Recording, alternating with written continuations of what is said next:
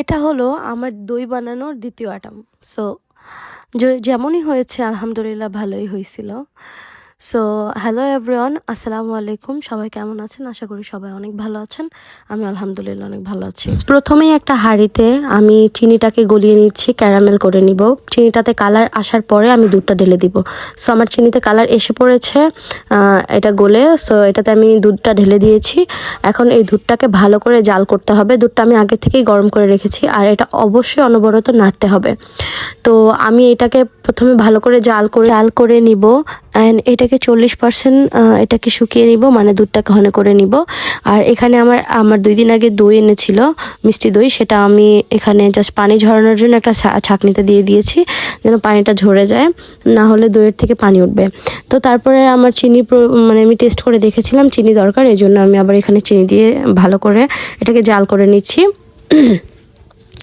আর অবশ্যই এটা দেখছেন, এটার কালারটা কত সুন্দর আসছে মাশাল্লাহ। এবং ভিডিওতে আপনারা দেখতেই পারতেছেন আমি যখন দুধটাকে বসেছিলাম তখন আমার দুধটা কত বেশি ছিল, কিন্তু এখানে হাঁড়িতে অনেকখানি শুকিয়ে গেছে। তো আমি দুধটাকে এখন নামিয়ে নিব। আর কালারটাও দেখেন মাশাল্লাহ অনেক সুন্দর এসেছে। তো দুধটাকে ঠান্ডা করে নিতে হবে প্রথমেই। আর তারপরে আমরা যেই দইটা ছাকতে দিয়েছিলাম, সেই দইটার পানিটা ঝরে গেছে। এখন এটাকে ভালো করে মিক্সড করে নিয়েছি। আর ওই দইটা যখন ঠান্ডা হয়ে গেছে, কুসুম গরম ছিল, যেন একটা আঙুল ডুবানো যায়, মানে ডুবিয়ে রাখা যায়, কিছুক্ষণ স্টে করা যায়। তো ওইরকমভাবেই আমি জাস্ট এটা কুসুম গরম থাকা অবস্থাতেই দইটা মিক্স করে দিয়েছি ভালো করে। দেন আমি এই হাঁড়িগুলোর মধ্যে দই মাখিয়ে রেখেছিলাম কিছুক্ষণ। তো সেই মাখানো অবস্থাতেই আমি এই দইয়ের মিশ্রণটাকে ঢেলে দিয়েছি।